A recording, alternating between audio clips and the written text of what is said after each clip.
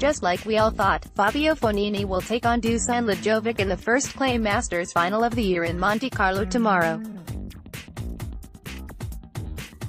No, April Fool's was a few weeks ago, this is for reals. Fognini v Lajovic in arguably the most bracket-busting Masters clay final ever.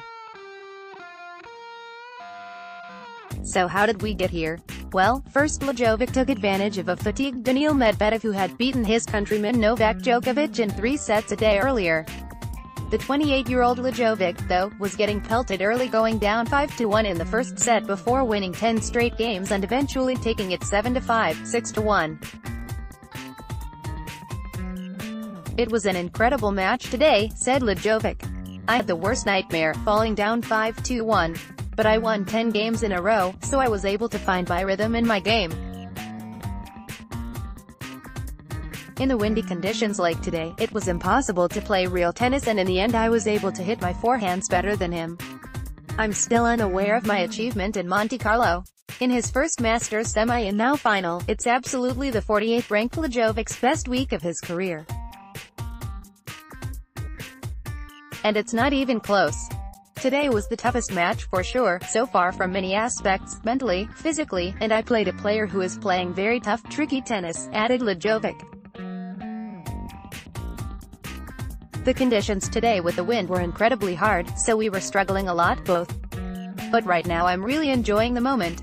Medvedev, who will leave the event as the leader in match wins this season with 21, will blowing that 5-1 lead with a spot in his first Masters final on the line. He'll get there soon enough. I think he started playing better and better gradually, and when we were at 5-3 and 5-4, he didn't miss a point, said Medvedev. I think that was what happened. If I look back in hindsight, then when I was up 5-1 or 5-2, I could have taken advantage of some chances and finished it up then. Then we never know how the match could have ended. So I have nothing to say, because this is not what happened and I have to congratulate him.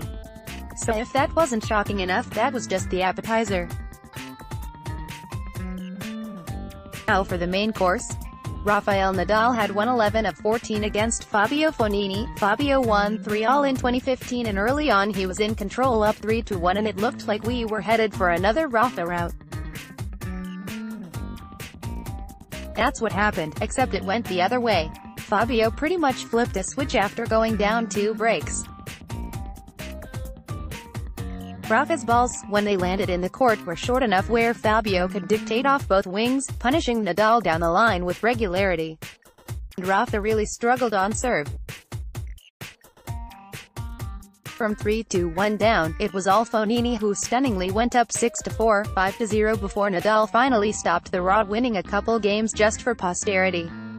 It looked like Fognini was the true king of clay, not Rafa, who admitted afterward that he played one of his worst matches on his best surface.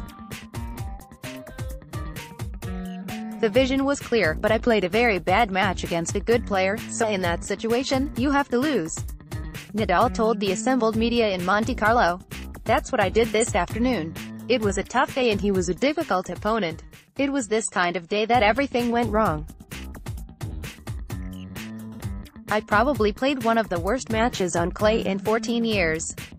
And today I deserved to lose because I played against a player that was better than me. Nadal had won his last 18 in Monte Carlo and his last 15 on the clay. Those streaks are over. His new streak is 0 titles in his last 5 events now. And this was a bad result. I am coming from low moments in terms of injuries, and in terms of the mental side it has not been easy to accept all the things that have been going on. Nadal said. The problem is that sometimes we are used to being very, very solid all the time, and even coming back from injuries, winning and winning and winning, and things are not that easy. It is more difficult to hold the same level every single day when you don't have confidence in tournaments in a row or matches in a row. And that's what I needed. Even if I have been very competitive all the tournaments that I have been playing, all these stops create some instability. That's why I have been able to win all the things that I won, especially on clay. But it is always more difficult when all these things are going on.